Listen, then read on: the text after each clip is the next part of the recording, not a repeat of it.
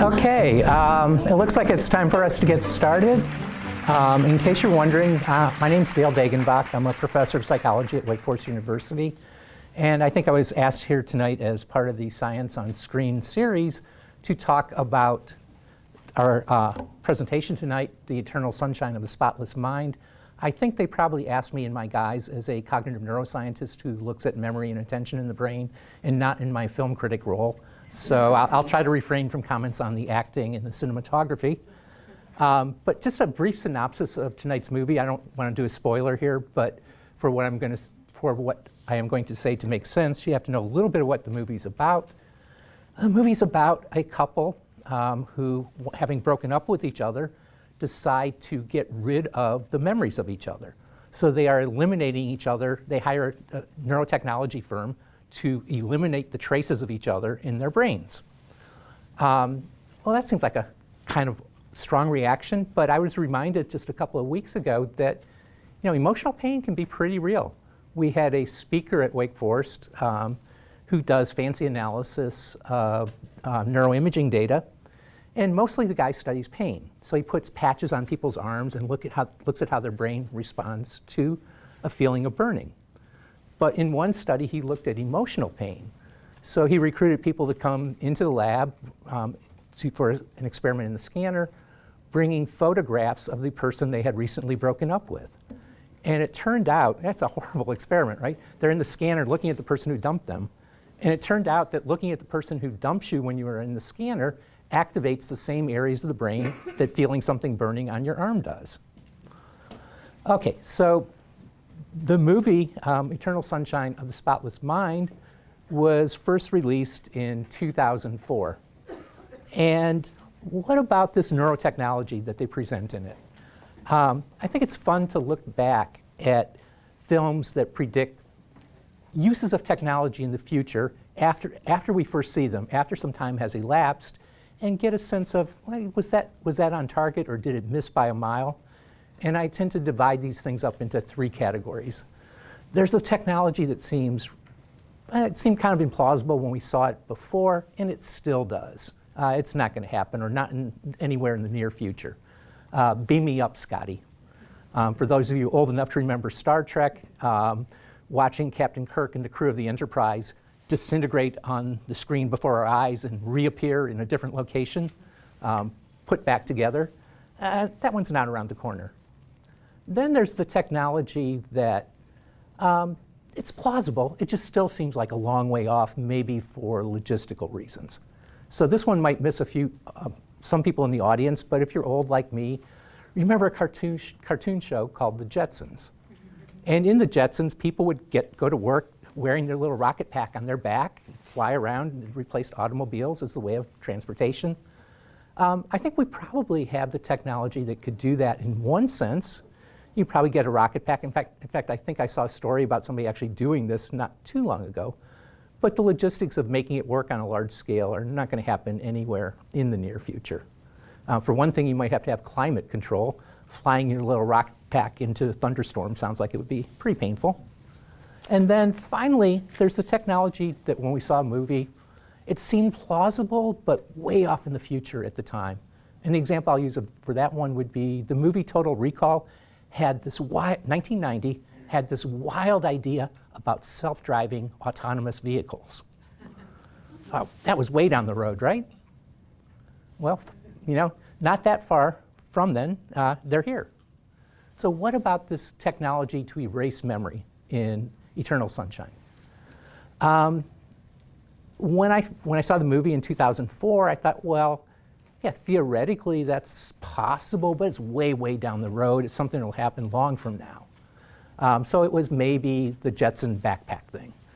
But in the last 14 years or so, I think it's moved much closer to the autonomous vehicle category. It's not there yet, but it's a lot closer than I would have thought.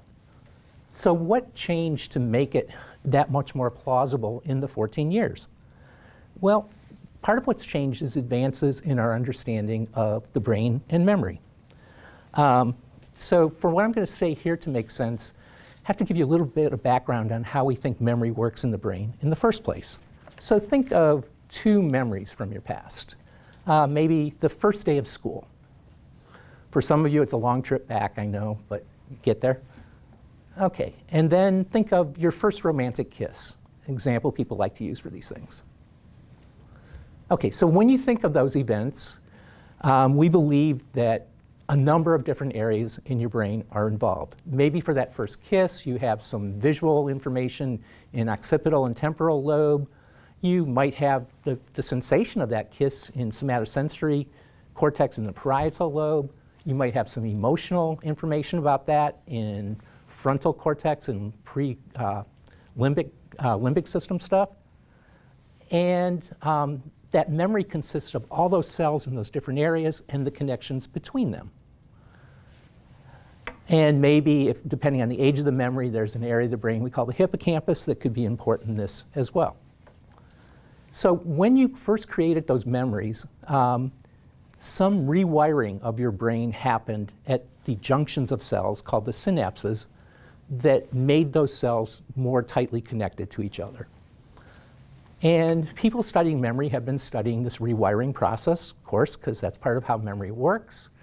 And one of the things we figured out is that there are drugs or substances that we can give you that will eliminate your ability to create a long-term memory while those drugs are active. So we can give these drugs to animals or people. I think occasionally they're used in medical procedures if it's an unpleasant procedure, so the person doesn't really remember it.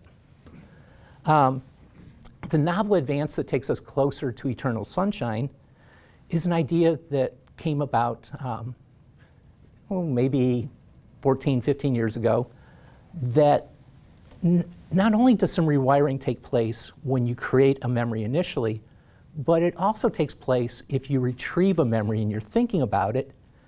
It turns out that you apparently have to do some rewiring to put that memory back in its original place. So this is kind of a weird idea. This is like, so say if you think of your memory as being a file on your computer. The idea here is if you open up that file, rather than existing in your mind and on the hard drive, it's not on the hard drive anymore. It's only in your mind, and you have to put it back on the hard drive or back in your brain if it's going to persist. So the idea for this came about with people looking at disrupting this process that they call reconsolidation.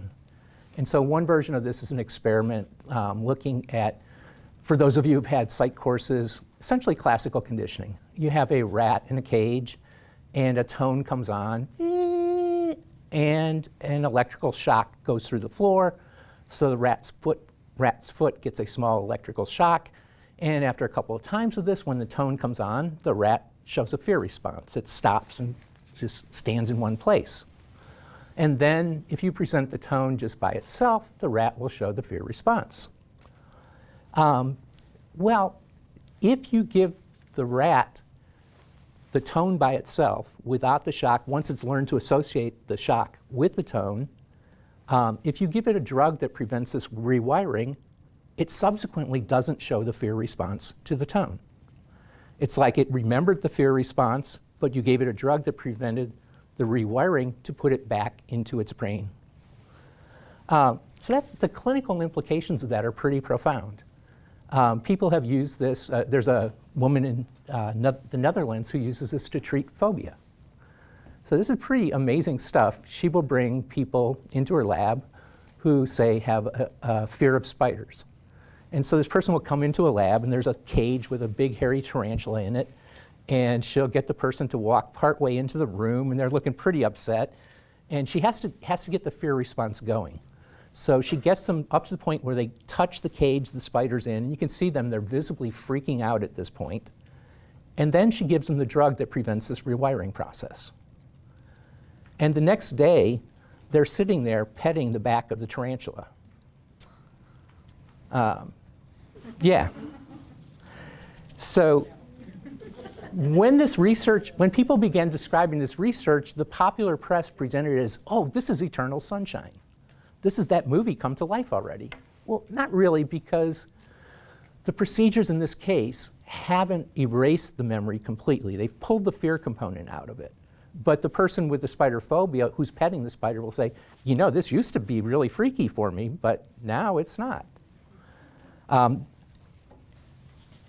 Can we target even more specific memories? Well, possibly, and this is where we get a little closer to eternal sunshine. There's a procedure called optogenetics where this truly is kind of science fiction. Mice are genetically engineered, and this is done to create a piece of DNA, to put a piece of DNA in the mouse that's taken from algae. And this particular DNA is responsible for algae's sensitivity to light. So the mouse is engineered so that this DNA shows up in neurons in its brain. And normally it's just hanging out there doing nothing.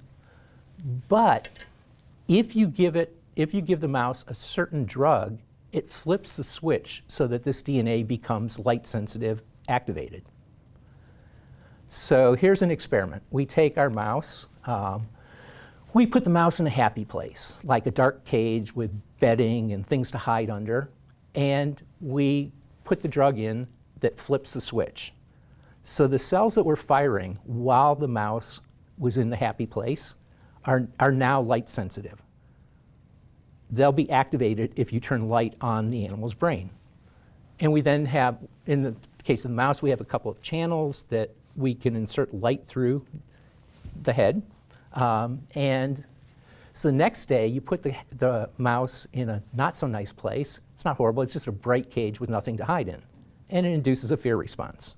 Mouse is stuck in the corner, and you flip the switch to activate the light, which reactivates the memories of the happy place, and suddenly the mouse is running around the cage, scampering around, having a good time. Turn the switch off, back shivering in the corner in fear, switch on, happy. And I would suggest that approaches like that are what gets us a little closer to eternal sunshine, to that kind of technology. We're not there, and I'm not going to say we should go there. That's a whole different argument. I think that's one that we need philosophers and theologians and people other than neuroscientists involved in deciding that. But I do know people are looking at this idea that our memories are really malleable, that we can change them, and maybe in some cases, if somebody's had a horrible event happen, it's a legitimate question. Do you want to take away part of that memory so that it doesn't impact them for the rest of their lives?